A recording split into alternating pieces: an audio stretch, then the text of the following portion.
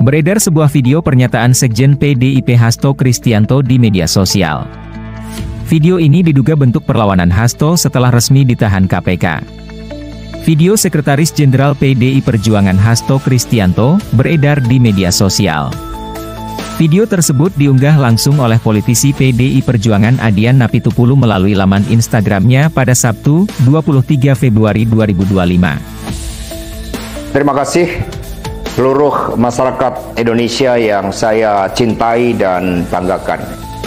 Cerita ini diawali pada tanggal 7 Mei 2024 ketika saya menghadiri pidato pemilu dan jalan kebudayaan yang disampaikan oleh Prof. Swistiawati di UI.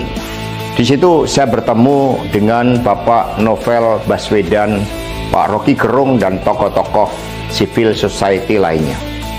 Ketika saya bertemu dengan Mas Novel Baswedan, beliau menanyakan ke saya perlu konfirmasi apakah betul PDI Perjuangan yang memelopori perubahan Undang-Undang KPK yang mengkerdilkan KPK di dalam upaya pemberantasan korupsi.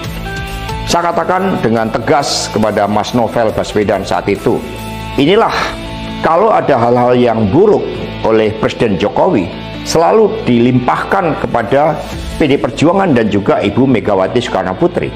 Tetapi ketika ada hal-hal yang positif selalu diambil oleh Presiden Jokowi tanpa menyisakan benefit bagi kepentingan PDI Perjuangan. Mengapa saya katakan seperti itu? Revisi Undang-Undang KPK termasuk kabar buruk yang disampaikan bahwa itu adalah ulah PDI Perjuangan.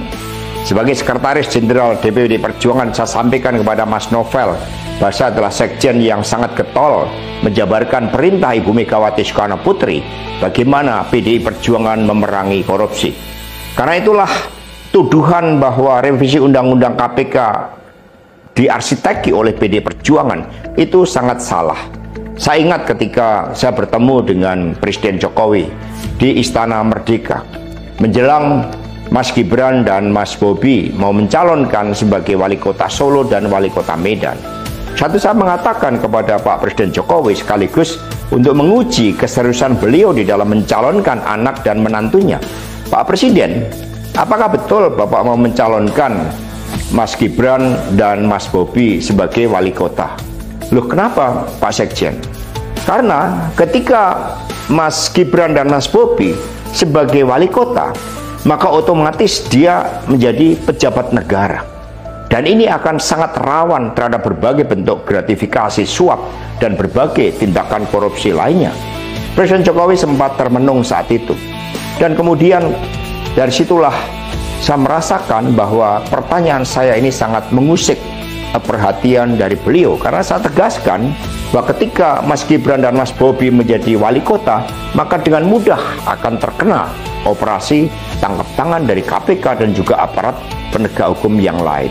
Masa saya bertanya kepada Presiden Jokowi adalah untuk mengingatkan bahwa beliau sudah presiden. Buat apa kemudian anak-anaknya harus menjadi wali kota, dan itu mengandung suatu risiko-risiko politik mengingat presiden juga berhadapan dengan begitu banyak pihak-pihak yang selalu mencoba berhadapan dengan Bapak Presiden. Tetapi beberapa saat kemudian saya menerima salah seorang menteri dan beliau mengatakan kepada saya bahwa sudah mendapatkan arahan dari Presiden Jokowi untuk melakukan revisi Undang-Undang KPK. Saat itu dijelaskan berbagai pasal-pasal penting, misalnya bahwa pimpinan KPK tidak otomatis bertindak sebagai penyidik. Kemudian ada beberapa pasal-pasal yang tidak memungkinkan bagi penyidik independen untuk bergabung ke KPK. Berbagai revisi-revisi itu, karena ini adalah perintah dari Presiden, maka ya saya sarankan untuk bertemu dengan seluruh jajaran fraksi di DPR RI dan coba menggalang atas perintah dari Presiden. Nah, saat itu Pak Menteri yang menjadi kepercayaan dari Pak Jokowi ini menyampaikan bahwa kira-kira akan diperlukan dana sebesar 3 juta US dollar untuk menggolkan revisi Undang-Undang KPK. Dan mengapa berjalan mulus? Karena Presiden Jokowi punya kepentingan untuk melindungi Mas Gibran dan Mas Bobi. Maka sejarah mencatat bahwa revisi Undang-Undang KPK ini dilaksanakan sebelum pelaksanaan Pilkada serentak di mana Mas Gibran dan Mas Bobi berproses menjadi wali kota. Maka ketika terpilih menjadi wali kota, amanlah dari berbagai persoalan hukum karena KPK sudah dilemahkan. Jadi dari keterangan saya, yang saya pertanggungjawabkan secara hukum, secara politik, yang saya pertanggungjawabkan di atas Tuhan yang Maha Kuasa tentang kebenaran pernyataan saya ini, meskipun tanpa bukti, rakyat Indonesia bisa mengetahui bahwa pelemahan KPK dilakukan oleh Presiden Jokowi, kemudian dampaknya dituduhkan kepada PDI Perjuangan. Ini jawaban buat Mas Novel Baswedan. Terima kasih. Tegakkan kebenaran. Satyam Eva Jayate. Merdeka. Telisik TV mengabarkan.